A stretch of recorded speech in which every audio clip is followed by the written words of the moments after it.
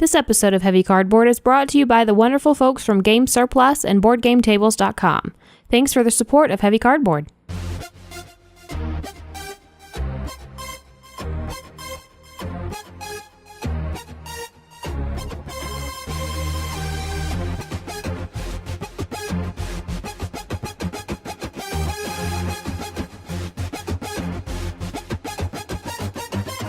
Heavy Cardboard, Episode 80, Lisboa.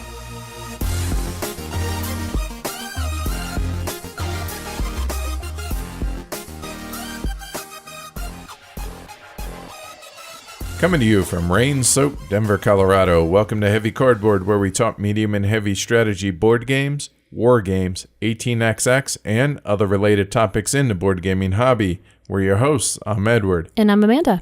So WBC is come and gone. Yep. Definitely unlike any other convention that either of us has ever gone to. Yeah, we're used to it being like open gaming and stuff, but this was very tournament focused. I've never been to a con like that. Yeah, well, I think this is really the only one outside of, well, I mean, I guess you could say the 18xx conventions. Right, but Portland, Chattanooga, stuff like that are tournament, but they're not really. They're just open gaming. Right. That, okay, hey, you get a score sheet. Right, exactly. Whereas this, there was well over 100 different games that were tournaments. I mean, everything from really obscure, old school Avalon Hill stuff like football strategy. Yeah. Hell, even Faxon 5 had a tournament. Yeah. And then there was new stuff like Scythe, Terraforming Mars, which was far and away the most popular game at WBC, which definitely took me completely by surprise. Yeah.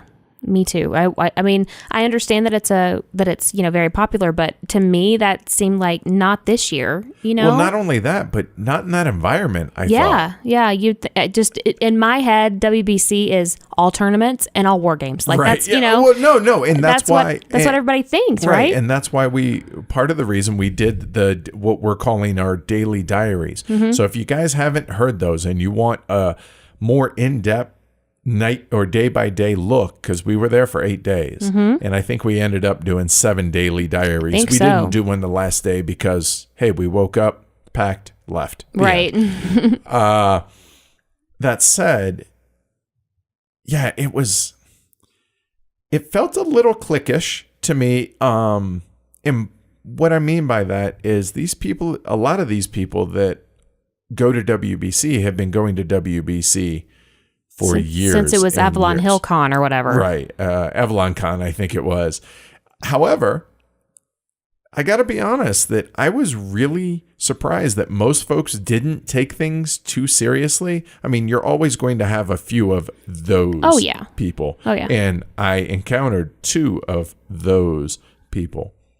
But they didn't ruin the convention for me. I knew that there was going to be some of them. Right. And by those people, I mean, the type, the super alphas, the people whose self-worth is tied up in how they do in these tournament games. Yeah. And whatever. Anyway, that said, ran into a surprising amount of fellow elephants, fans of the show, listeners, viewers, everything, both like from Canada. We met some that were from overseas. I was truly shocked at how many people recognize this really. Yeah, me too. It never gets old. Well, no, I mean, it's awesome, right? Yes. And most of the time we got recognized, we weren't wearing any heavy cardboard gear. We were just wearing clothes. So that was cool. That was an unexpected perk. Yeah, for surprise. Sure. Yeah. It's held I guess we should talk about that. It's held in a mountain resort down in kind of south central, kind of southwest corner of Pennsylvania. It's called Seven Springs Mountain Resort. So it's a ski area. Yeah. That it just so happens this is during the summer, so there's no skiing, but there is mountain biking, there's hiking. There's an alpine slide. Yeah, there's all kinds of like outdoor activities if you want to do, which is cool. We did not partake because honestly, it came with resort prices, some of this stuff. But outside of that, the food was good. There was, like 8-10 different choices for places to eat in a given day. Everything from buffets to super high dollar, like $5 Diamond resort type food. all the way down to bar food. Yeah, and everybody was very nice. I didn't feel like all of the workers and everything, and just even everybody just at the convention, nobody was mean or rude. It was just, they were nice. Yeah, everybody was nice. And you said earlier that you expected it to be like all tournaments and all war gamers and all grognards. Right. And even I mean, there were some hardcore grognards. Oh, yeah. There were some people that were playing a couple of monster war games. Like, they started on Saturday and they finished on the following Sunday. Well, and sometimes they didn't even finish. They just were going to stop. Yeah, they wrapped up. Right. But even they, super kind, super approachable, and I was taking pictures and tweeting out. You kind of built up a rapport with the guys from the 1914 game. Yeah. Where every day you would go by and they'd be like, "Okay, let's give you the update for today." You know, and it was just that was cool. It was really cool. There were 11 different games of A World at War, which is crazy. Which is staggering to me. Like, running concurrently, like it was just yeah. And what was cool was each individual game had a little sign indicating at what point in the game they were, you know, like where they were and what year. You're talking in A World at War. Yeah. Like Winter 43, right, and stuff like that. Yeah, that was pretty cool. So overall, had a blast. I'll be honest, the skill level and the competition level was higher than I expected. Yep. By a magnitude of a lot. Like, we played Castles of Burgundy. I scored, I don't know, right around 220. I was feeling pretty good about myself. Took third. Yeah, and I scored over 200 and got dead last. So, but we both have come up with the games that we want to practice for next year. Yeah, and there will be practicing. Like, there were a couple games that I was too intimidated to play, to be honest, because I thought that there are going to be absolute true sharks in this game. Like Brass, the original Brass. Oh, I'd be terrified. I stayed away. Puerto Rico, Agricola, and St. Petersburg. All of those, I figured, I mean, I just didn't even stand a chance. Now, some of these tournaments, they have different heats to where you can play in multiple. Yeah, like the Terraforming Mars one had 4 heats, and I played in 2 of them. Right. You could choose to play in all 4. And if you win 1 or 2 of the heats, meaning of your game, you're probably going to advance to the semifinals or the next round or whatever it is. And like the Sekigahara tournament that Matt Calkins was running, that was 5 rounds all in one day. That's a lot of Sekigahara. Yes. Whereas some of these, there was like 1 heat on Sunday, there was 1 on Tuesday, there was 1 on Thursday, spaced out, and right? Whatever. And it just depends on how you want. And it just depends on how the GM wants to run it. It's my understanding, but a lot of them, like the girl that I played Castles of Burgundy with, one of the people, she had learned it like 10 minutes before. So that's the beauty of this thing, is that all of the games have demos, including Virgin Queen. Not all, but yeah, that cracked me up. Most of them, fine, have a 1 hour demo of Virgin Queen. Hey, I'm going to go play in a tournament. Yeah, then let's go play it. Yeah, okay. What? But yeah, so you don't have to know the game to play. Like there were a couple that I didn't know how to play, and I learned at the time. So my first tournament, so the tournaments that I played in Terraforming Mars. I took second in that game, didn't advance. Castles of Burgundy, played well, took third. Liar's Dice, my team event, made the second round, which is technically the semifinals. Got smoked. Oh, well. Then played Elkfest. Yeah. That's a fun little game. That's a cute little 2-player dexterity game that, it's funny. When I saw it and I learned how to play it there, you and I learned how to play it against one another. When I got beat in the second round of that, my eyes got opened up to, wow, there is some legitimate high-level strategy. Which is so funny. That goes into this, and there are some legitimate sharks playing Elkfest out there, which cracked me up, but at the same time... Like you were afraid to play Brass because of the sharks, but you wound up playing sharks in Elkfest. Right, who knew? Right. The other game that I entered, based on Carmen from Game Surplus's recommendation, he talked about it during the live auction, was Pacific Typhoon / Atlantic Storm, which is a card game, kind of trick-taking game in a World War II theme that has a little bit of dice in there, and fascinating to me. Let's put it this way. Even though I got robbed by the dice, which you can go back and listen to, I think it's day 6 or 7 that I talked about that in the Daily Diaries. It was good enough to where we bought the last copy that Game Surplus had, and Ben, I can't remember his last name, I apologize, Ben, the designer of Atlantic Storm and Pacific Typhoon, had prototype copies of the second edition of Atlantic Storm, and he and the guys behind Lock and Load gave us a copy to bring home so we could mess around with it. I was that smitten with the game. That's really cool. You learned how to play it. You didn't play in the tournament, but you learned how to play it. Yeah, I'm not comfortable. If it was our group, then sure. But I'm not comfortable learning a game and then jumping right into playing other people. Fair enough. Not used to it. And I played with the developer, John, who was just nice as can be, just a sweetheart of a guy. And he won the tournament. Of course. So overall, definitely a really great time at WBC. It's one that we absolutely want to go back to. And yeah, if it wasn't in, I guess if you don't realize what WBC stands for, it's World Board Game Championships. Like you get a plaque, you get laurels. Yeah, it's fancy on your badge. It's pretty and awesome. The laurels carry over each year as well. And we had 0. Your badges have 2 zeros on them. Well, at least ours did because we're new. Yeah. And therefore, overall, and how many did you get last year? There are some people that have thousands of laurels, or at least over 1,000. And like some of the guys we played against had 50 laurels last year. To get a laurel, you have to finish in the top 6, which means you made multiple final tables. Oof. Yeah.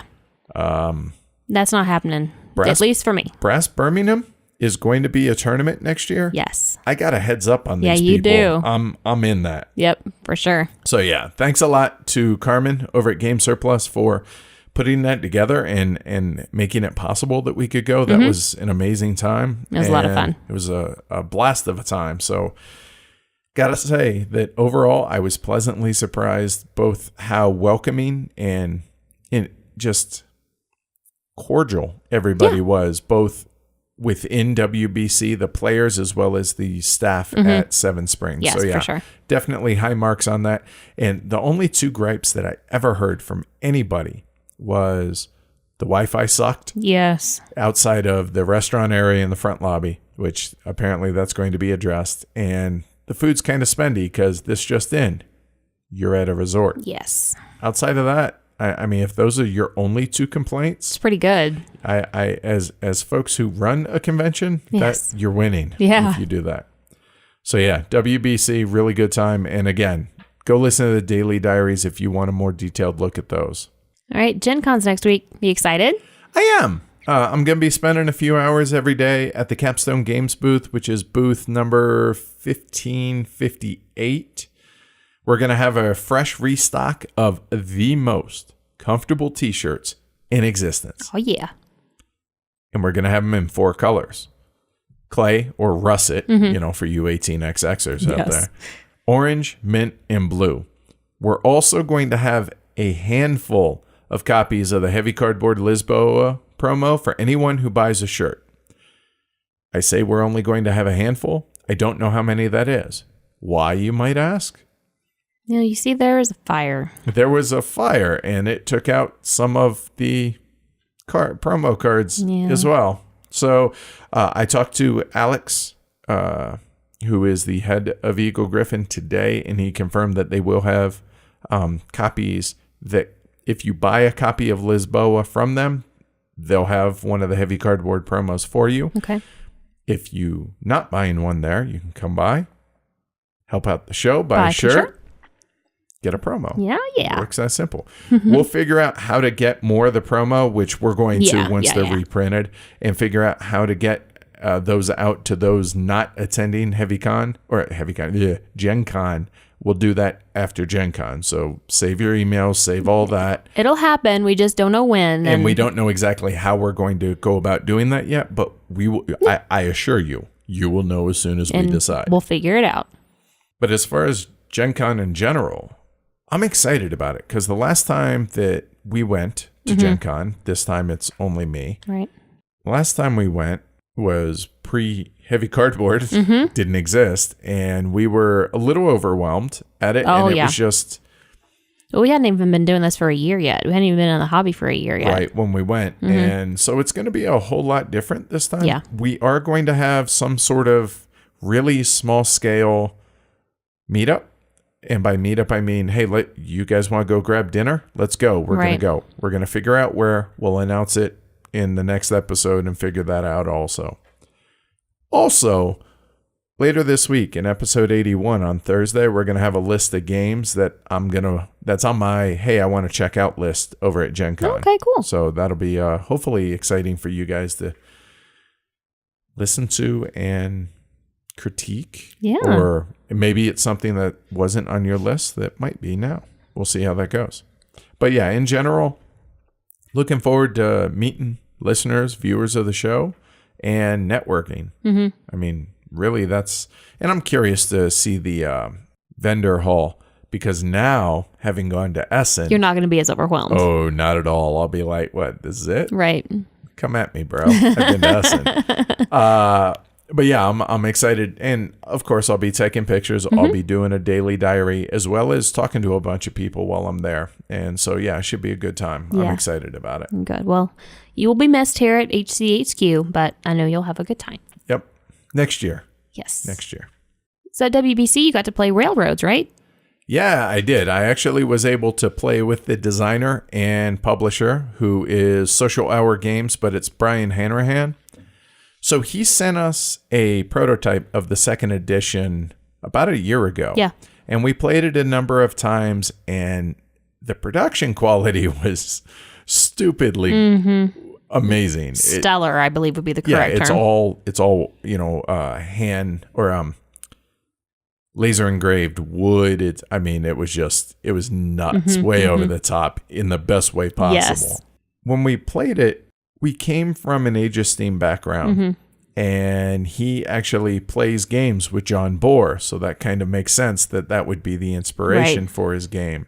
However, we didn't really like it for the simple fact that the rules didn't seem to flow, and it was really unintuitive. Well, Brian has since tweaked the rules, and it is currently on Kickstarter. I think it still is. Anyway, that's not why we're talking about it. We're just talking about it because I wanted to talk about it. I was really pleasantly surprised at how well the game played and how much I enjoyed it. Great. It got to the point to where I want to break it back out and be like, okay, so this is what's changed and this is how it plays.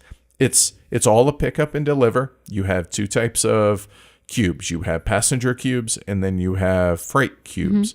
And there is one unintuitive thing if you're coming from an Age of Steam background, that all of the companies that you start, so whether it's the pen, the NYC, whatever, they can start anywhere you want them to, but they're the laser cut wood in a cool shape, right? All the track that you lay has to emanate from the hub, from where the company started. Right. In Age of Steam, there aren't companies to begin with. I get that. But or in 18XX for that matter, I guess would be a similar. Normally, you can start from wherever your starting city is, go to the next city, then from that city, go to the next city, et cetera, et cetera. You can build off of it. Like that. You cannot in this game. Everything must trace back to your hub. And the reason is there's mergers. When their track meets, if the presidents agree to merge, the shares that you have in their investments pay out, et cetera, et cetera. But all of these delivery cubes that you have, whether it's passengers or freight, when new ones come out onto these cities after they've been previously delivered, they have to go to a new city. So if you've already connected to a brown hex for this brown good, you can't deliver these brown goods to that city anymore. It must go to a new brown city. So either you have to build track from your hub, from your central hub of your company out to a new brown city, or you have to merge with a company that then has access to all these other cities. So all of a sudden, the moment those companies merge, all these cubes get delivered, passengers as well as freight, because maybe you have access to 6 different color, or not 6 different color, but 3 different color cities, and all these passengers get to go to a new city. Awesome, because that's very foreign to an Age of Steam player. To where it's not like, oh, it's a brown cube I delivered to the new. No, it's got to be to a different one because you're already connected. Yeah, that'll take some time. It's a little bit, I don't want to say wonky, it's just different. And the way the dividends pay out and everything is mechanically, it's very simple. However, it requires a lot of thought on my part because I'm like, I can't branch out, or you have to branch out. You can't, go from city to city to city. And so there's a way to upgrade track. So if you have a curved track, you then can upgrade it to where it's like a star shape, to where it has different outlets, or a straight with a curve in it, that type thing. And so it's very 18xx Age of Steam, but super, super light rules wise. But not the on strategy. Yeah, the gameplay is really, really clever, and timing of mergers, and it allows you to move shares around. And I was really, really pleasantly surprised by it. Now, I know the one that's not, or either was or currently is on Kickstarter, is for a cloth map, but everything else is all wood pieces. So I don't know.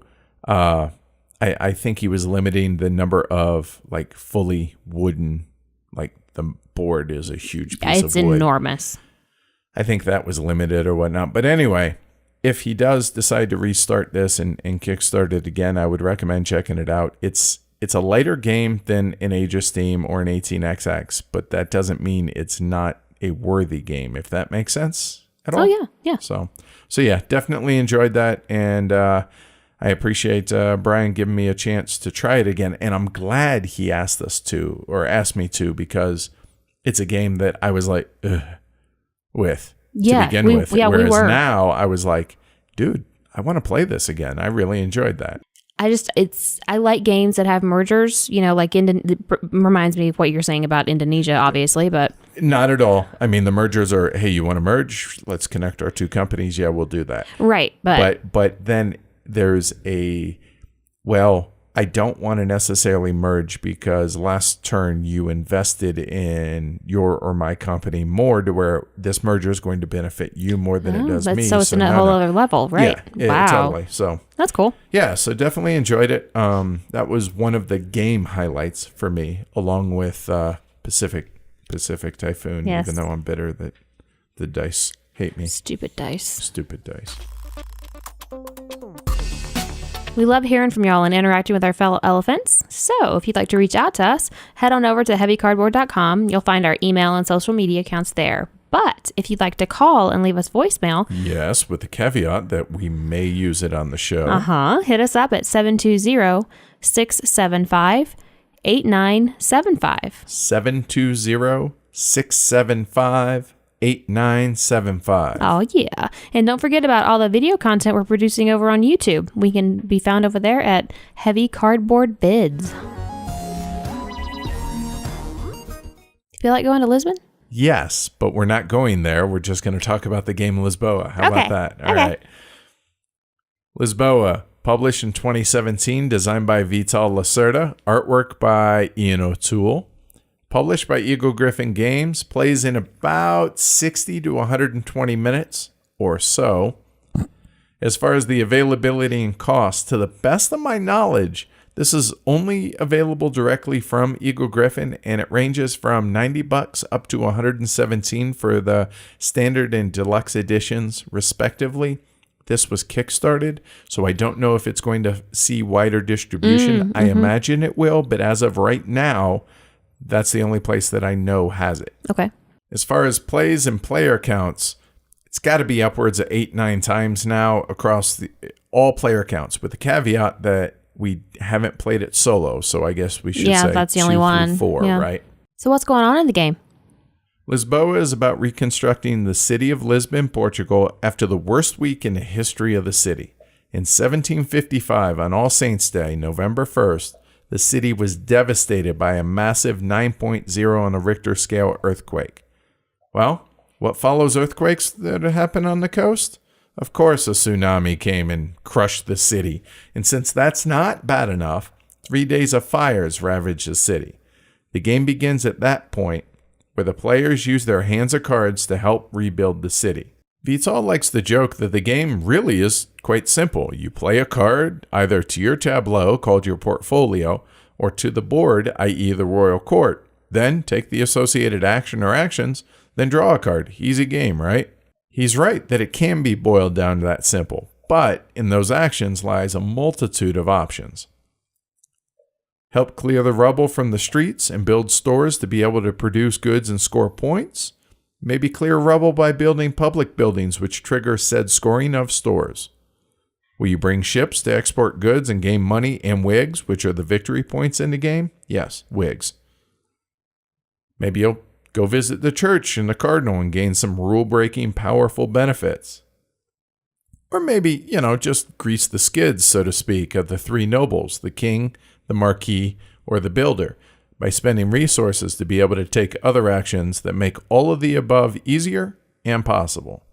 Those are just some of the choices that you're going to have over the course of a couple hours to score the most wigs by the end of the game. I love that it's wigs. Seriously, apparently that was that was huge clout. You could trade wigs. Like, that's what? Crazy. Dude, check out this wig. Yo, dog. All right, so the 5 factors that we think contribute to giving a game its weight. So we'll start out with complexity.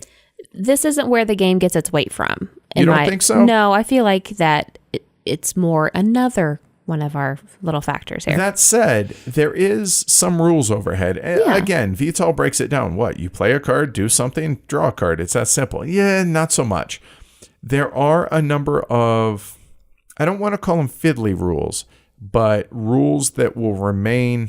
I guess that by definition, that would be a fiddly rule that is easy to forget or overlook, or a little step here or there, that little gotchas that until you've played the game a couple of times, shoot, I forgot to do that exactly. type of thing. Yeah.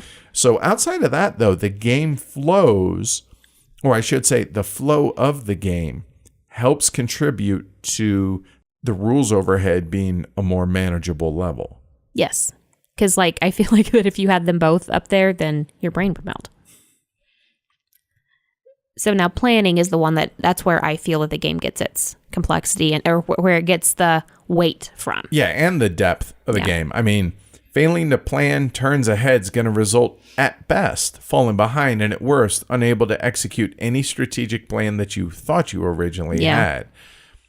The planning in this game isn't just within a single span of a turn, but you have to be able to plan both long-term over the course of the entire game, but also a few turns ahead. Yeah. Do you want to be able to build a public building? Well, to be able to do that, you better have state officials that are in the different offices of the nobles. In addition to that, you have to have the plans to be able to build a public building. So if you haven't planned in advance to have these things at your disposal, then you're not going to be able to do it. The same goes for the stores. Planning not only where you want to build it, what street you want to build it on, but also what rubble you're going to remove from that, which in turn leaves certain amounts in certain types of rubble, whether it's earthquake, fire, or flood damage, which you're going to have to pay differing amounts over the course, or depending on what's left out there. So did you plan enough to be able to afford it? Are you going to have to spend influence to be able to afford to build that? Because if you did, or if you do have to spend influence, now that's going to affect your ability to go visit the nobles in a subsequent turn due to your piss poor planning. Exactly. You have to plan, you have to have an overarching plan for the entire game. Then you have to have one for the halfway point of the game. Then you have, you can't not plan. You just can't. On that note, something that does help with that are the decree cards, which the decree cards are basically in-game goal cards or in-game scoring cards that you can accumulate 0 or you can accumulate 15 of them over the course of a game. So if you're swimming around the game, kind of aimless, just like Dory, just keep swimming. Just keep swimming.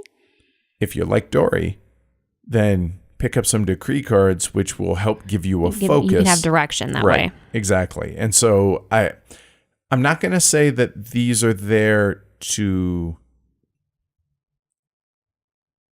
coddle the players.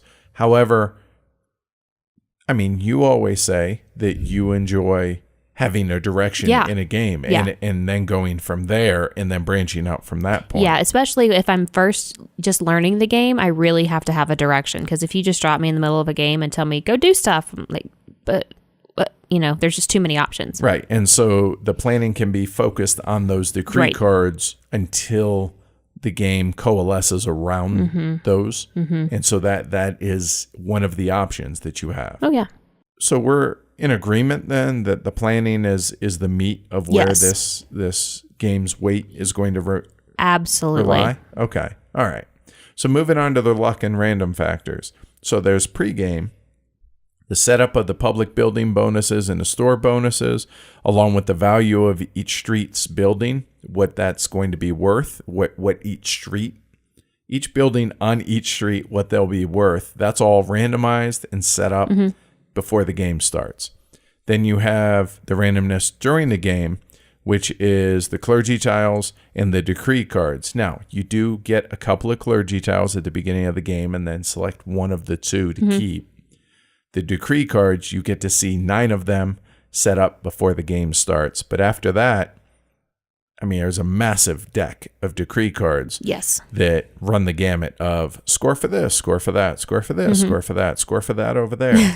And so you don't know what decree cards are going to come out when. You don't know the order of which the political cards. There are 4 stacks of political cards. You have cards for the builder. You have cards for the marquee. There's stacks of cards. And you have a stack of cards for the king, as well as treasury cards.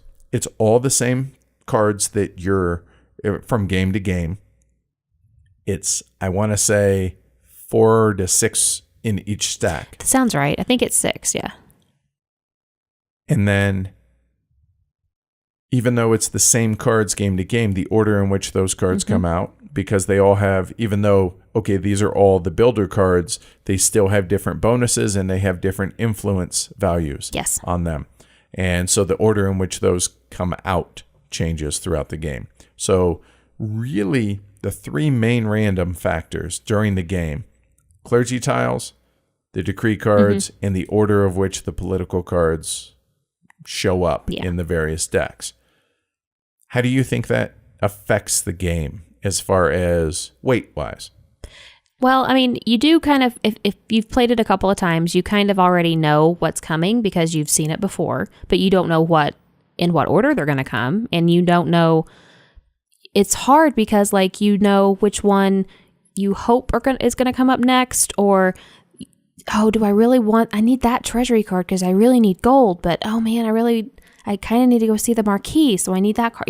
Just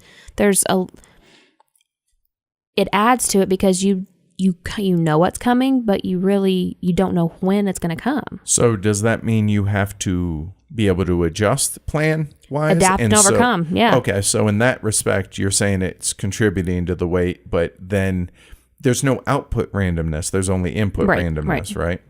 So yeah, I would be inclined to agree.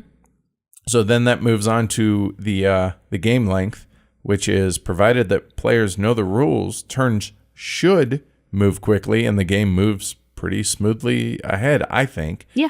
Although I would say that maybe in a 2-player game, the game almost can go too quick. Yeah, when we played, it was like, wait, what? Yeah, wait, it's my turn again already, right? Yeah. So I don't think there's anything here game length-wise that's going to contribute to the weight. However, I mean, AP players are going to AP, and they're gonna suck the soul out of any game that they play. So I wouldn't say that this is any different one way or the other in that regard. Last but not least, we have the getting it factor. Yeah. There's just so much going on that, to me, it's going to take It's going to take probably half the game. Okay. It took a long time for me there's just so many moving parts and so many different cards and so many different places to go and so many different things to do that it's going to take a few turns. Yeah, I definitely think at least, I think by the halfway point of the game, you'll start, like, things will start to be like, okay, right. And you'll have to refer to the player aid a little bit less. Yeah. The impact of the decree cards, absolutely needs to clearly be explained by whoever teaches the game for new players, and the impact and the amount of scoring that can come from those. Our buddy Sweater Mike likes to say that if a game has in-game scoring, it's probably going to be significant, and you should probably focus somewhat on that. And that's definitely, while not entirely true in this game that you have to focus on that, if somebody is focusing on that, just because they're laggard, not necessarily, but just because they're lagging behind in points, they can catch up quick, fast, and in a hurry at the end, which is what happened in one of our games on a live stream.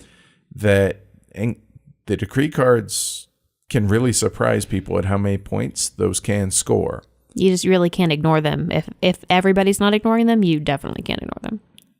And there are definitely multiple strategies to explore, so the depth's going to require multiple plays to not only play your own game, but get to the point to where you can play others as well, to be able to anticipate, as well as to be able to block other players. So being able to function, and yes, I can play the game, I'd say about half the game. Yeah.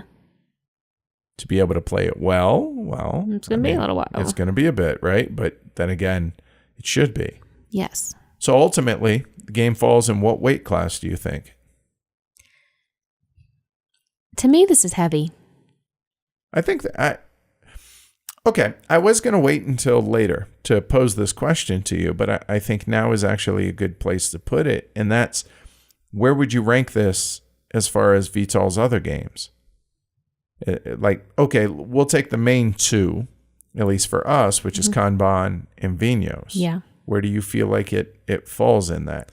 Because Vital himself has said that he feels that this is lighter than Kanban and lighter than the Gallerist. Now, to our defense, we've only played the Gallerist a couple times, and it's been forever. So that's why I'm kind of not really including that. I still feel like Vinhos is heavier, but this is up there with it myself. Yeah, that's especially the old rules. With Vinhos? Yeah, the original. The 2010 I would version. say that in my opinion, I would say it goes Vinhos, then Lisboa, then Kanban. I agree. Yeah. And then Gallerist somewhere around the Kanban, maybe a step lower, to it, I think. So yeah, I'd be inclined to agree with that. For me, I mean, again, it's all relative, and it's really, I mean, does it really matter whether it's medium heavy or heavy? No. But it's above medium, I'll tell you that. Yeah. It's definitely just because the amount of decisions that you're going to have to make and the impact that they're going to have. So I would lean towards medium heavy, but I have no qualms with you thinking it's heavy. I could definitely see that. Yeah. All right, so let's talk about the cardboard. What do you think about, the components and graphic design and artwork and stuff? Honestly, all right, let's start with the components. Eagle Griffin killed it. Yes. When it comes to the production value of Lisboa. There's lots of chunky custom wooden bits, super thick cardboard, everything. And the player boards, dude, the player boards. Amazing player boards. They're 3 layers.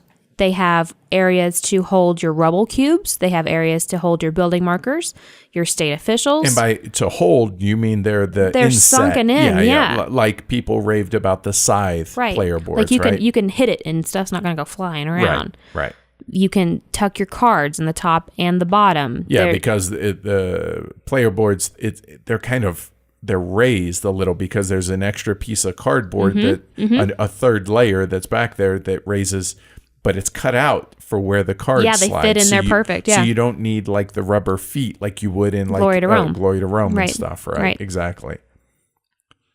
If I had the tiniest of critiques though of the player board, it's going to be that the holding places are those little indentions for the rubble cubes and state officials and all that. they're bigger than the actual pieces are, so they're not snug. So they kind of jiggle. They jiggle, and the public officials spot, the state officials, official spot is just one long thing. So they're not individual, and they're top heavy, so it's easy to knock them over. Well, I mean, they are wigs. Fair enough. They're wearing wigs. So other than I mean, seriously, we're having a nitpick the component wise, and I want to give a special props to something that, to my knowledge, only Eagle Gryphon is doing. There may be other publishers that I'm unaware of that do this, but they throw in an extra baggie full of just extra pieces. They're just spare parts. Which is awesome. So, were you short a cube? Did you lose a cube? Did you lose a building or whatever? Or did you drop it at a convention and no one said anything? Oh, hey, I have this little baggie of extra spare parts. Genius. Yeah, it's really nice. I mean, it's little stuff. I mean, it costs more. I mean, everything costs if it's in the game, right? But I think it's a nice touch that they included, which I'm a really big fan of. Also, another little tiny nitpick about the player boards is while they are super thick, again, 3 layers of cardboard, they are bowing just a little bit. But I don't think it's a major issue one way or the other. The cards, thick linen finished. The addition of the public building and store randomizer tiles in the deluxe edition, fantastic boost to the game. Now, there's nothing wrong with the ones that are printed on the board. So over on the right-hand side of the board, you have where you build the stores as well as the public buildings. And there are printed bonuses whenever you build a building on them or a store on them, you get that bonus. But they're stagnant as far as, I mean, they're printed on the board. Right. What these randomizer tiles are is they're all of those. You randomize them every game. So, I mean, it's going to just give enough variability to the game to constantly make it feel fresh, as well as to give players a new wrinkle to take into effect each and every game to where, oh, yeah, I really want that gold. Oh, wait, that gold resource is now over there. And that, if I build it there, then that's only going to give me 3 points as opposed to this other street that's going to give me 5. Plus, the public buildings are built up there, and it's not, do I really want that resource now? And I love that little touch that has. Huge fan. Anything that adds variability without being a gimmick, I'm a huge fan of. So big props on that component-wise as well. And they also include bags for the rubble cubes and the clergy tiles, and they're nice and sturdy big bags. Your hands can fit in there without a problem. Even my big hands can fit in there. So yes, I'm very grateful for that. There's more, but that gives you the idea, right? Even the insert for the game is usable. So yes, nice. All right. So yeah, overall, component-wise, knocked it out of the park. Production quality. Yeah, definitely. All right. As far as the box size. So this is a big, very thick, sturdy box. It's identical to the other highly produced Vital Eagle Gryphon collaborations. So the new version of Vinos and the Gallerist. It's 15.5 inches by 12.5 inches by 3.5 inches. It's a big box. Yes. 40 centimeters by 32 centimeters by 9 centimeters. All right, graphic design. You take over now. The board, it looks very busy. Yeah, at a glance, for sure. Yeah, but I mean, the graphic design is useful. It's fluid throughout. There are little reminders, here and there. And that, speaking of reminders, that player aid is really, really, really good. And you have to have that thing. But it is sometimes hard to remember where a certain reminder is for one thing or another. Yeah, it's that I think could have been done a little bit better than it currently is, because yes, there are reminders, but trying to find where a certain reminder is, I shouldn't have to hunt for a reminder to remind me of certain things, if that makes sense. And yeah, I don't find myself ever using those that are on either the player boards, the portfolios, or on the main board. I just never use them. It's all either I'm using a player aid, or I've committed it to memory, or I look it up in the rule book. And I think that could be a me problem, but I feel like that's kind of a failing as far as if I'm not using, I don't want to have to search, I guess is what I'm saying. You don't want to be reminded that you need to look for a reminder. Right. And then try and have to search for it. And so I feel like that could have been better. Or if, and I don't know if this is commonplace or if this is a me issue, but if people aren't using it, why is it on there? Exactly. Why is it taking up real estate? Right. Just, yeah. On that note, the reference number on the clergy tiles and the decree cards is super tiny. Yes. And there are going to be a number of folks who either are playing in low light conditions or less than ideal light conditions, or, don't have perfect eyesight. They're going to struggle trying to read those numbers. Now, the iconography, there's a lot of it in this game, not Race to the Galaxy iconography. And it's consistent throughout the entire game. But until you know what it is, you're going to have to reference those little numbers that are on there. And it's a small font trying to get those numbers. And then you have to look them up in the player aid, which, okay, I have no problem with that. It's just seeing it. Yeah. The sizing of that is going to be an issue for folks. But I mean, counterpoint to that, I can see why they chose for it to be as small as it is. I mean, you don't want a gigantic number right on the middle of it. I get that. But it's got to be useful. It could have been bolded or something. Yeah. I think bolding it would have made it easier, more legible for older or tired eyes. Yeah, tired eyes for sure. And on that note, as you mentioned earlier, the player aid is absolutely invaluable, but more on that in a little bit. All right. So as we talked about before, the board does look very busy at first glance, and it's very blue. Yeah, some people said I'm going to reference this as Vital's blue period. But I'll be honest, both of those things make sense when you look at it in the context of the artwork in the game itself. The game takes place during the golden age of the Azulejo period, which is the specific type of ceramic tile work that Ian O'Toole chose to use to be the focus of the artwork. Which is stunning.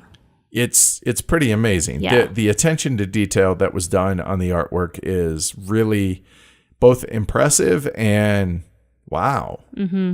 That's cool. I mean, some of it's so lifelike that there's, obviously it's tile, so there's cracks in it. Right. There's chips, there's scratches, there's all that and stuff. And it looks like you kind of have to search for where does the board fold, because there's so many tile cracks that some of them look like they could be where the board folds. And that's a good thing because it blends that well. So yeah, seriously, stunning artwork. I will say this though, for those that are worried about how busy the board looks, once you learn the game, the busyness fades to the background and the important information stands out. Yeah. Again, with the exception of the little hints and reminder, little iconography that's on the player boards and the main board, at least for me. All right, so let's talk about that rule book. I gotta say, fantastic rule book for us to learn from. That's how we learned this game. Now, I did watch Paul Grogan's video at the very beginning, so that helped. But then when I went and read the rule book, really laid it out really well. Lots of examples, pictures, helped clarify any questions I had. I mean, honestly, there were only 2 nitpicks that I could find on the rule book. Both have to do with 2-player rules. One of them is not all the 2-player changes are consistently bolded in the setup. That aggravated me. So I was so you have to read that carefully. Yes, because you just kind of scanned it the first time and then looking for bold. Oh, this is bold, so it should be. Nope, that's not the case. Then during setup for the 2-player game, the 6 additional rubble cubes that are placed down in the little rubble pile at the bottom of the board, you still place those. The extra rubble from row E that's not being used goes out of the game, but that's not really clear. I had to read that a number of times. And then, oh, wait, they meant that as opposed to the rubble pile that's down there. So that could have been a lot clearer than what it was. But seriously, if those are the only gripes that I can find with the rule book, that's pretty amazing. And I'll be honest. Now, I'm grateful that we didn't have a single question that we had to look up on BGG or had to contact Vital for, which is great because we were playing the prototype before there were really many rules questions out there. So, but we didn't have a single one, zero, zilch, nada, not a single question has come up that isn't answered either in the rule book or in the player aid.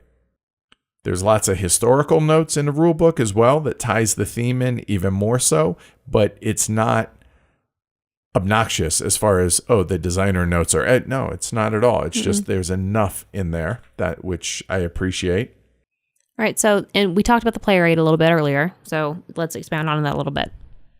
It's very well done. Yeah, it's invaluable. I think so. It turns laid out on the back of the player aid booklet, but it references steps that are found earlier in the player aid booklet, which this player aid booklet is 8 pages, to put it in context. Now, it sounds like, oh my God, a player aid that's 8 pages long? It actually works really well. It makes total sense. Like there is, hey, how do I gain influence? Oh, okay. And it tells you. That's really neat. Like, right. I really need money, but how do I get it? Yeah, and then you can look and it tells you all the different ways you can get money. Cool. There's a little bit of historical. Basically, I think he had a little extra space on the player aid. So, hey, let me throw some design notes on there. Cool. All right. All the decree cards are in there. All the clergy tiles are in there, as well as a really well laid out, oh, this is how it turn. And then within the turn, what actions you take, it tells you exactly what steps you need to do. And where to go and everything. Right. So really well done. However, no, you know what? No, not however. I do have a bone to pick, though, with our fellow gamers. This just in. Read the damn rules, people. There are 57 rules questions currently on BGG. How? How the hell are there 57 questions? I mean, the game's brand new. How the hell did that many show up in that amount of time?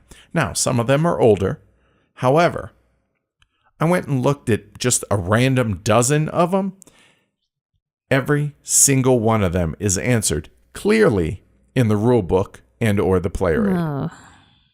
God knows I gripe enough about rule books and take publishers and designers to task when they fail with their rule books. However, this is not one of those times. So people, quit being lazy and read the damn rules. This is on you. All right, for setup, teardown, teaching and stuff, we've done 3 playthroughs of the game, 2 with the prototype and 1 with a production copy. And we also have an unboxing video. So head on over to youtube.com/heavycardboardvids and you can find out, you can learn the game and you see how it's set up. You can see everything that's in the deluxe box as well. Yep. And if you prefer a more polished teaching, you can always check out Paul Grogan's video as well. Gaming Rules. Why is this game enjoyable? One of the most thematic Euros that I've ever played, which, again, I think it's funny that here I am, the guy that over the course of the last 3 years, theme schmeem, and a theme can only help a game, and boy, does it in this game.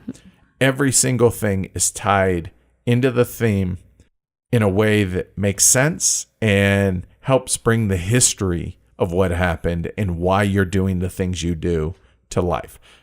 Amazing job on that. That was fantastic. And again, I couldn't care less if there's a theme or not, but in this case, it explains the game so well and tells a story so well that just completely engrossed in it for me anyway.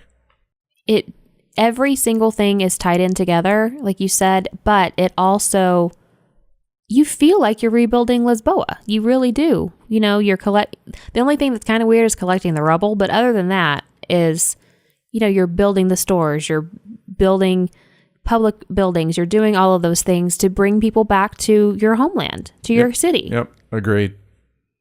I love the ripple effect that your decisions within the game have, like this affects that, and then that affects that, and that affects that. Yeah, and there's this tree branching from the initial card play that ties in with that. Okay, first off, you have to make a decision which card to play, and then once chosen, you have 2 choices. Do you play it to your portfolio, or do you play it to the royal court? If you play it to your portfolio, then you have 2 more choices. Do you ship goods, or do you go trade with the nobles? Or if you play it out to the royal court, you have 3 choices on what you do. So I love the multi-layer decisions that each turn and therefore every single card that you play provides. And with those actions comes this ripple effect that isn't going to affect just you, but it's going to affect everybody else at the table and just force that player interaction, which is fantastic. I love the multi-layer of decisions that each turn provides. Like, it's just like there's so many different options, and it just depends on how you play your card. It's incredible. It really is. I dig the player controlled game timer, because the midway point of the game happens when one player collects 2 sets of rubble, meaning, okay, a set being an earthquake, a fire, and a flood, 1 piece of rubble of each, that's 1 set. So when one player collects 2 sets of rubble, or when 3 of the political decks are empty, it allows players to be able to rush either a quicker game, especially in a 2-player game, we noticed, or, you know what? No, I'm going to kind of drag my feet a little. It all depends on the strategy that you try to employ. If you see that you are winning, but maybe just barely, then you better bust your butt and get a whole bunch of rubble really quick. Like, even though it might not be the most efficient or the best, most maximizing play for you, right? If that helps accelerate the end game, then you're going to benefit from that more than your opponents. Or if you won't, then don't do that, right? Then drag your feet. Right, exactly.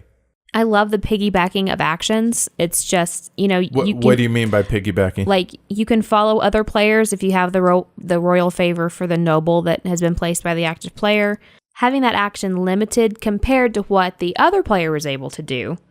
Yeah. Oh, you're saying as far as the active player, they get one of the side actions as well as the main action, whereas anybody that follows, you only get one. You only get one of those 3 choices. Right. So I like that. I agree. I like that it limits. Hey, I can piggyback off what you did. Cool. But I don't get as good of an action as you got as the leader. And on that, having this limited by needing to have the royal favor tile of the noble that you happen to play. So if you play the builder, I have to have the builder royal favor. It keeps the game from dragging, and not being able to have more than one of each at a given time also helps keep the game from dragging, because if somebody, let's say on my turn, I played the builder to the royal court. I take my action. I build a store. Cool, great. I go through all that. And then everybody at the table then follows. And can do all of those things too? Okay, awesome. Everybody follows. Then it becomes your turn, Amanda, and you play the builder. Well, we know 2 of the folks ain't following because they just spent their royal decree or their royal favor. So it keeps the game moving along because people can't continuously follow. You just can't do it over and over and over and over and over again. And I like that the game intentionally limits that. And on that kind of that same vein, if you were to take a card or a tile or a clergy tile or whatever, and then I follow, it doesn't get refilled until everybody's done their stuff and it's no longer your turn. Right. So if I'm the active player, I take my turn. Let's say I take a couple of those decree cards, those in-game scoring cards. I take 2 of them. Cool. There's 9 out there on the display. Now there's 7. Amanda, if you follow, you have the choice from those 7. Right. And then if you take 1 or 2, then it's just diminishing returns. And I like that it not penalizes, but it puts further limitations on those piggybackers. Right. Damn freeloaders. Freeloaders. Yeah, seriously, right? So the way the scoring of the stores ties directly into the theme, I'm going to let Vital say this or explain this. So he said, and I'm paraphrasing here a little bit, public buildings drive people to certain zones in certain businesses in town. So if you build a store, you need clients, you need customers. More customers equals more wigs. And remember, wigs are victory points. So you have a store somewhere, but there's no public building nearby. That means no customers, which means no wigs. Then the right public building is opened in the neighborhood.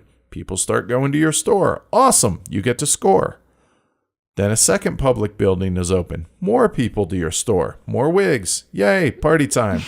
Then, with some skill, bit of luck, or good foresight on your part, a third public building is built that benefits your store, brings even more people to your business, so your customers have tripled now, so you score a third time. That makes total thematic sense. It really to me. does. So obviously that's why the public buildings are going to help you score, or that's going to dictate when and if your stores score. Yeah. That makes total sense to me. It really does. It's cool. So in other words, all the mechanics in the game make sense. Yeah. Just about everything does, yes. Yeah. The interaction is very strong. 100% agree. You can't mess with each other's tableaus and buildings and stuff. We're trying to rebuild a city, right? Yeah, I mean, fair point, right? I'm not trying to tear down what you just built. That doesn't make sense. But there's plenty of interaction, with following, creating supply and demand via the ships, and affecting the cost of influence others have to pay when visiting those nobles. Yep, and producing goods affects the global price of goods when they're shipped. So there's no direct take that. But even so, there can be some sharper than they look elbows in the game. Yes. The game allows you to be versatile while not making it feel like your decisions have no impact at all. What do you mean?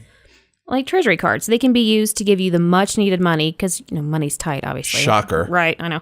But it also lowers the value of the treasury itself, which in turn increases the cost that you and others have to pay to visit the nobles. Yeah, that's actually a fair point. Or, you can use those treasury cards to just give you a specific building action, depending on what it is, or resources. Yeah, because stuff. If you haven't built stores, then you're not producing resources. But the kicker, other players can't follow when you play a treasury card. Right. And we have had a number of games in which the final round, possibly even the final 2 rounds of the game, everybody's playing treasury cards. The reason?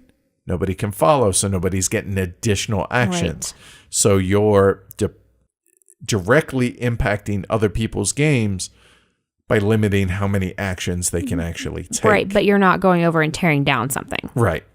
So players also choose a portion of their own endgame scoring via the decree cards. I think that's kind of clever. I think that's kind of cool. It's point-sality, but it's player-dictated point-sality. It's not just point-sality for the just being cause. point-sality. It's you can pick how you want to do it. There's enough strategies here that repeated play you have to do to be able to get the rules, kind of ingrained in you. And get them out of the way. Right. But you can also delve into different paths to try to win the game in different ways. Yeah. I think I'd say there's quite a few different paths to success, wouldn't you? Oh, yeah. I mean, okay, focus on building stores, obviously, creates a lot of goods. Therefore, you can do a lot of things with these goods. You can either influence the nobles or trade with the nobles, You can ship goods for money, et cetera, et cetera. However, whenever you produce those goods, the market drops because you've saturated the market. And unlike it being a traditional market, markets go up and down. This only goes down. So if people are producing a lot of goods, that market, depending on what goods are getting produced, they're not going to be worth anything. Keeps dropping, which again, thematically makes sense. You can build lots of ships, which build your influence and allow easier and cheaper actions with the nobles, and also allows you and other players to be able to ship those goods both for money and then, if it's your ships, points. Right. And like we talked about earlier, getting the decree cards early in the game to kind of help you dictate your path and give yourself direction. Give you a direction. Yeah, exactly. So focusing on clergy tiles and whipping the cardinal around the track. Okay, you're not literally whipping the cardinal, but he's racing around the track. Right. If you're doing that, constantly acquiring clergy tiles, if you're going around that track, there's church scoring, which you can choose to not only discard some of those clergy tiles, any and all of your clergy tiles, to get wigs or get points, but in addition to that, whenever you do that, that helps gain you influence, which you're helping the church, you're getting influence. Right. That looks good to the people. That, again, thematically, it makes sense. Yeah. And so there's a lot of points to be had in that. But then again, you can only have 4 clergy tiles at a given time. So maybe some of those that you get, pretty sexy. They help you a lot. Real cool, either rule breaker or benefit or whatever. Maybe you don't want to get rid of them. Well, in order to get that influence, which you need that influence to be able to go and you spend that influence whenever you visit with the nobles to be able to take some of these building actions, whether it's building the stores or building the public buildings, you have to have that influence. But to be able to get that influence, you have to discard these clergy tiles for wigs. So, yeah, you get points. But those clergy tiles are really good. Right. You're losing the ability of that. So there's that really, at times, agonizing decision. Points or ability. At what point do you flip that? Okay, screw it. I don't need it. I'm just going to go for points. But if you discard them, you're unlikely to see those again. So careful what you ask for. And that's where, if you're focusing on whipping the cardinal around that track to be able to get those, there's that balancing act that has to take place. And you can also do, a little bit of this and a little bit of that. You can whip the cardinal a little bit. You can get a couple of decree cards. You don't have to focus on one thing. Yeah. And the game's definitely going to have legs with our group. And honestly, it's hit the table with regularity with our group. And I don't see that changing for years, legitimately for years. There's enough here. I mean, obviously, we're not playing the same game week after week after week after week with the show. But that said, I mean, there are dozens of plays in this game easily, which not all games would I want to play that much. Right. This one I do. All right. So on the flip side. So, like Vital likes to say, the game can be boiled down to play a card, do the associated actions, and draw a card. But it is rather involved. There's a lot of stuff going on here. There are a lot of things that you can do. And so parsing... so I play a card. Where I play it dictates, and it's that whole tree branching. That's going to intimidate some folks. Yep. But it also gives the depth of decisions. So double-edged sword there, right? Yeah.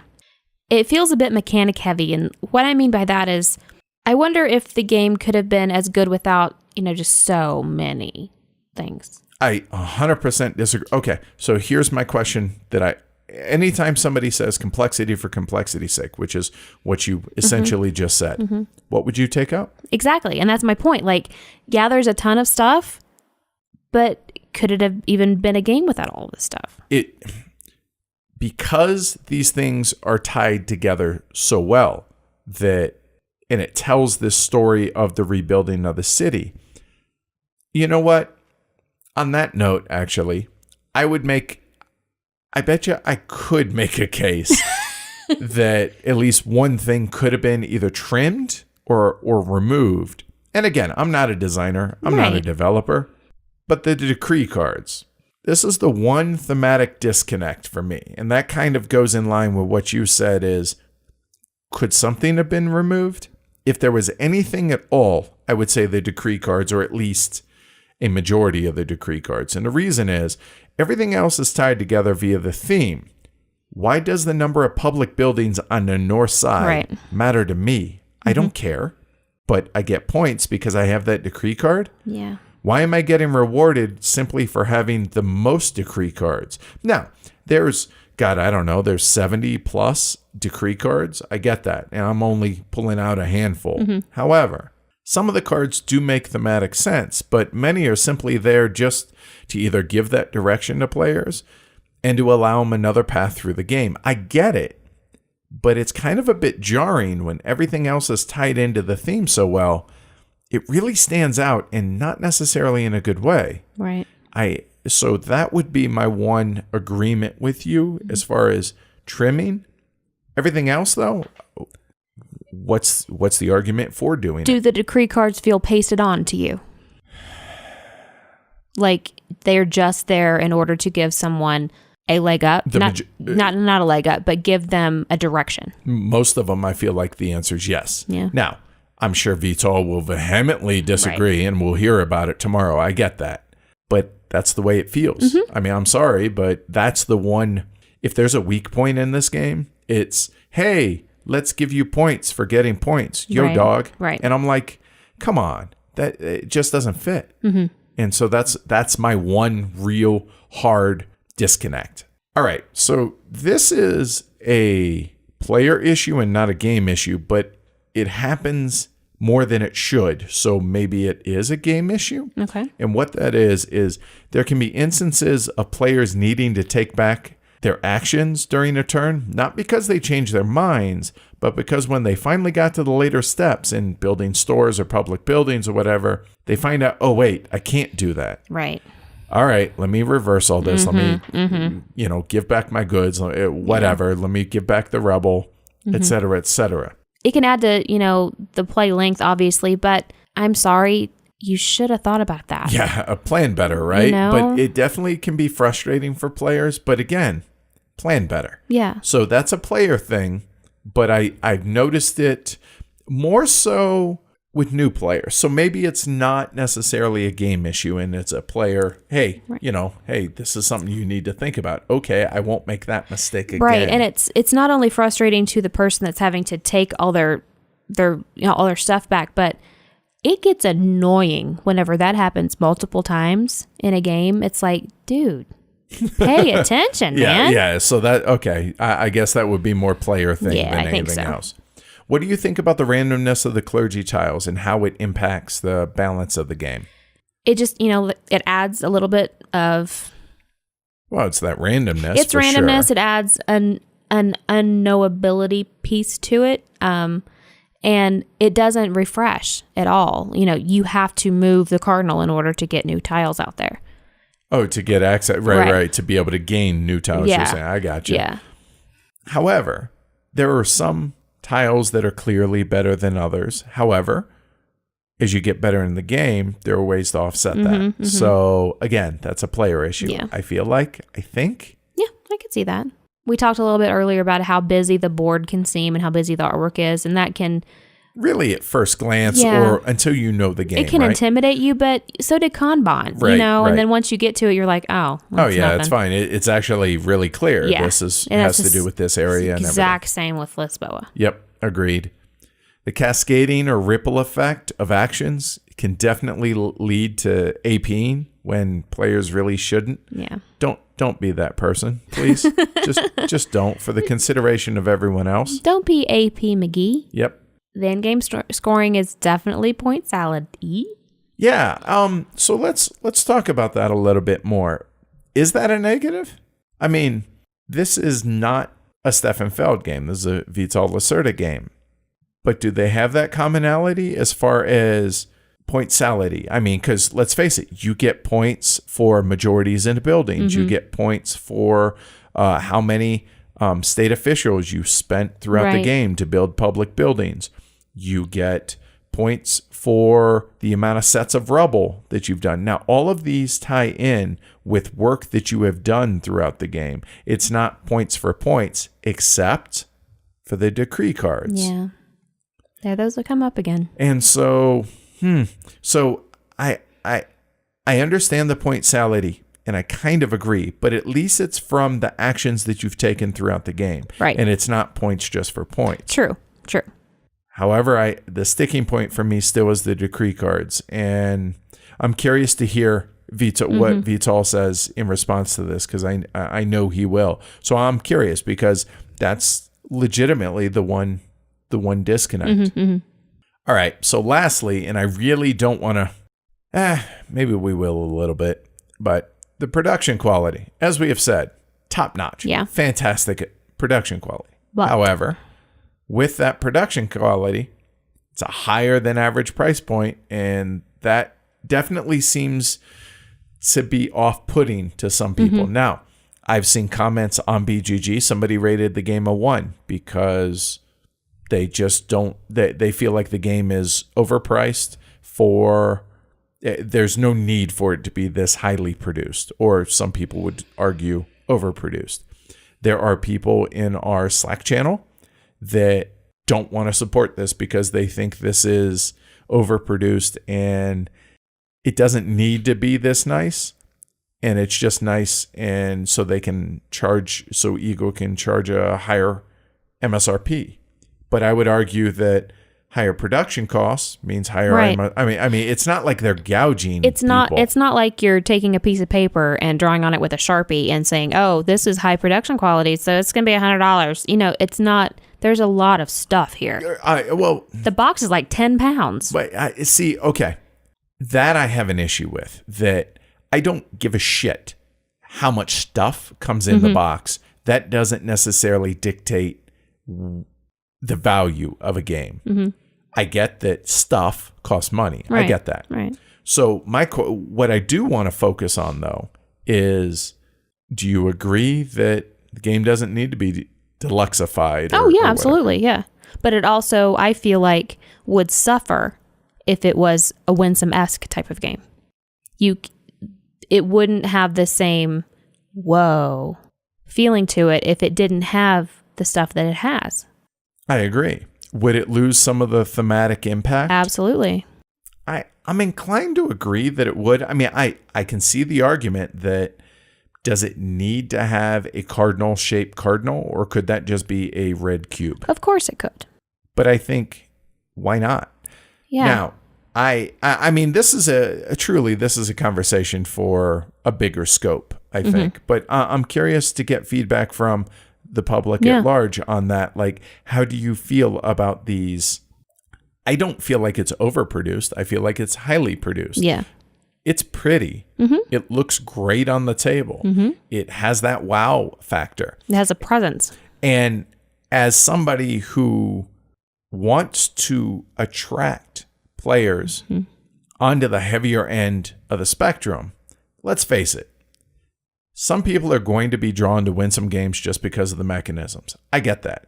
Those are probably the exception. I mean, honestly, we're those people. Yeah. I mean, I'm okay. I appreciate the appeal of an 18xx and a deep thought game production, plain looking, winsome looking game. But I get that. But I also like this as well. I do as well. And I think that this is the gateway drug that gets people into playing heavier games.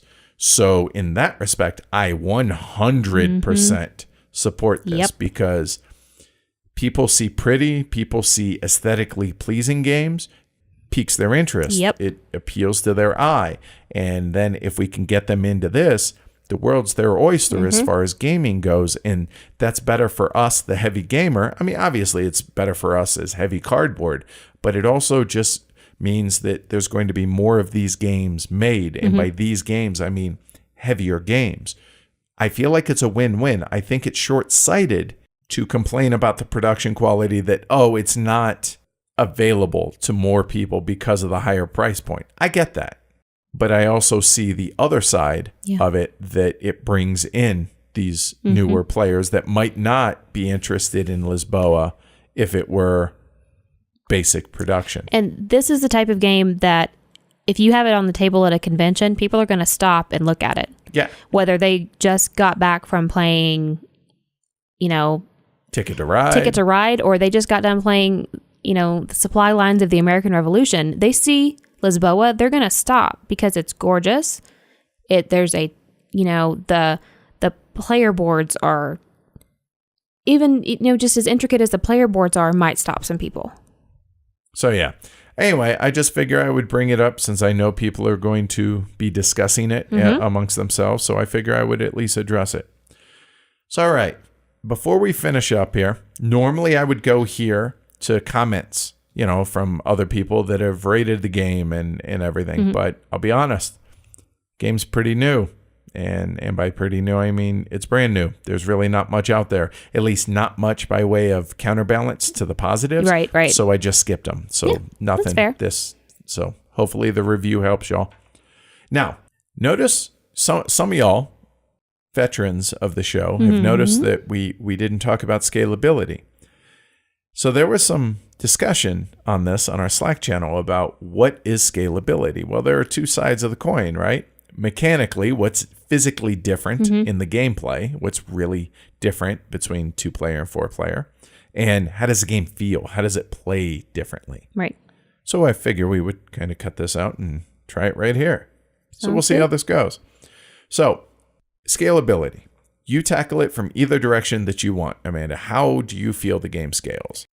It scales well because it, there's one row of stores blocked off for the 2-player game. There's less ships available. It makes it tighter, which it should because there's less people. Sure. So, okay, so you're saying, and I'll be honest, the 3 and 4 player game, very minimal differences in the actual, like, what the game itself is. And by minimal, I mean, I think the only difference is the number of ships that are available. Mm-hmm. That's it. Whereas in a 2 player, one whole row of stores can't be built. Don't exist. Yep. Cut off that whole row. There's a physical piece that is laid on the board to cover them up. 20% of the possible stores are gone. Yep. The game flies at 2 players as well, like we were talking about earlier. It kind of hits you upside the head, like, oh wait, it's already halfway point. Wait. Yeah, and I don't think that's necessarily a negative. It's just a wow, that moves really quickly. Mm-hmm. However, I gotta say, I really enjoyed the game across all 3 of the player counts that we've played it with, 2, 3, and 4. Mm-hmm. 4, as long as people are moving and they're not tanking forever and APing, the game short turns relatively, unless everybody and their mother is following in one turn, then maybe one turn takes a lot longer. Because there's no way there's going to be many of those turns because of how you have to follow. Exactly. And so on that note, I mean, the 2 player obviously plays quicker, but the 3 and 4 definitely feels like an appropriate play length, and it still keeps moving. So the gameplay, it doesn't feel, I get the same game feel across the entire player count. The only real difference is that, like you mentioned, the shipping in the 2 player is neutered. I think it maybe because in a 4 player game, there are 3 of each level of ships, and there's 4 levels because there's 4 different periods, 4 different decks of cards. And so there's 3 ships of each period. So there's a potential during the first half of the game for there to be a maximum of 6 ships. Right. And odds are not everybody's going to be shipping goods in a 4 player game. Often, at least. Mm-hmm. And so you I wouldn't say always, but almost all the time have the availability to ship goods as your choice of action to be able to, milk that economy for money by selling goods. In the 2 player game, though, there's only 2 ships, one of each period, and that really limits the availability if both players are shipping. Yeah. Because there's 1 ship with a hull capacity of 1 and 1 ship with a hull capacity of 2. It's 3 goods max. And if you have the level 2 ship, those goods only clear at the beginning of your turn. Yep. So if you then ship again, well, now I'm limited to only being able to use my 1 whole ship. Mm-hmm. And so that limits the economy. Now, is that a bad thing? Not necessarily. It's something that caught me unawares. Yeah. And really surprised me. And I was like, oh, so I have to go a different direction, it looks like, to be able to get money because this isn't working for me. And it might even be like a game of chicken at that point, is who's going to take that first ship with only 1 hull capacity. Right. And so it's a slightly different feel in that one respect at the 2 player game but equally good, just different. Right. But only that one aspect feels different to me. Everything else feels, like we're playing Lisboa. Right. There's no gimmicky, pseudo player. There's nothing like that. We can't speak to the solo game. I apologize. I'm sure Travis over at Low Player Count will be able to hook y'all up for that. Maybe Ricky Royal, if he's still doing reviews other than just making his own game. But yeah, I definitely think that the game mechanically, physically scales well, but it also plays really well across all the player counts. I would agree with you. All right, so as everybody knows, I like to go first with my summaries because... I think you've been doing way better on these than I have, but go for it. Okay. Lisboa is beautiful, as is the gameplay itself. I enjoy the game. I enjoy the balance that must be found and maintained throughout in order to possibly be effective. I like that it can be described as simply as Vital does. Play a card, do the actions, draw a card. Simple game. But it also takes over 45 minutes to teach. It's a stupendous, glorious game. Yes, I'm a Vital Lacerda fangirl, but I do truly believe that this is an amazing game. Streamlined, thematically relevant, and completely engaging to play. That's how I'd sum up Lisboa. What's your rating, sir? I think this is a fantastic game. It's very well likely going to be in my top 50 of all my games. It's going to compete with Vinhos as my all-time favorite Vital game. Does that mean it's a Hall of Fame game?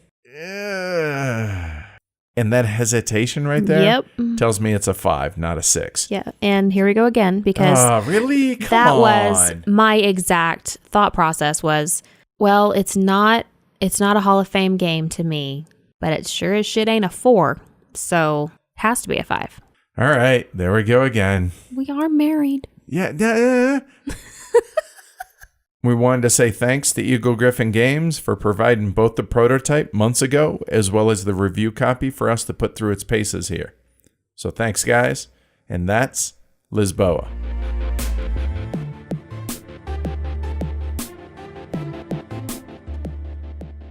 Hey, Heavy Cardboard. Hey, Edward and Amanda. This is Mike in Des Moines calling. Just thought I would call and tell you that I really, really enjoy your show. I think it's just fantastic content you're putting out. I was curious, how can I go about supporting you if I wanted to maybe throw you a few dollars here and there to hopefully keep things going there? Because man, I'm really liking it. I think it's definitely worth a little bit of money to help you along there. So if you wouldn't mind, let me know. That would be much appreciated. And, hey, while I got you, one thing I was kind of curious about, I do love some animation and I love some board games. So I'm curious if you ever thought about, making an animated series, about Heavy Cardboard. Maybe like, Davis the Elephant and, Asher the Greyhound to go and fight crime, with board games. I thought maybe that'd be a great idea, and I thought I'd just run it past you, something to consider for the future. So anyway, you guys keep up the good work. You're doing a great job there, and we'll talk to you later. Thanks. See ya. Hey, Mike. Thanks for chiming in. It's good to hear from you, man. I love the idea of Davis and Asher crime-fighting team. Yes. You can actually support the show at patreon.com/Heavy Cardboard. It's completely optional, of course, but just $5 a month gets you access to the Patreon-only Slack community that's filled with fellow heavy game enthusiasts talking literally around the clock. I mean, we do have people in all points of the globe, around the world, right? Talking board games, themes, mechanism integration, conventions, pretty much everything board game related. And also, there's that random channel for, well, random discussions. Also, the Heavy Cardboard Glory to Rome live playthroughs. Think of it as Heavy Cardboard Unfiltered, I think is a good way to put it. Mm-hmm. We also occasionally have patron-only giveaways, and coming soon, a patron-only t-shirt. We also have some higher levels with some cool swag. So if that's something that interests you, check us out over on patreon.com/Heavy Cardboard. So that's going to do it for this episode of Heavy Cardboard. Thanks everybody for listening. Hope you enjoyed it. Catch y'all next time. Bye everybody. Later.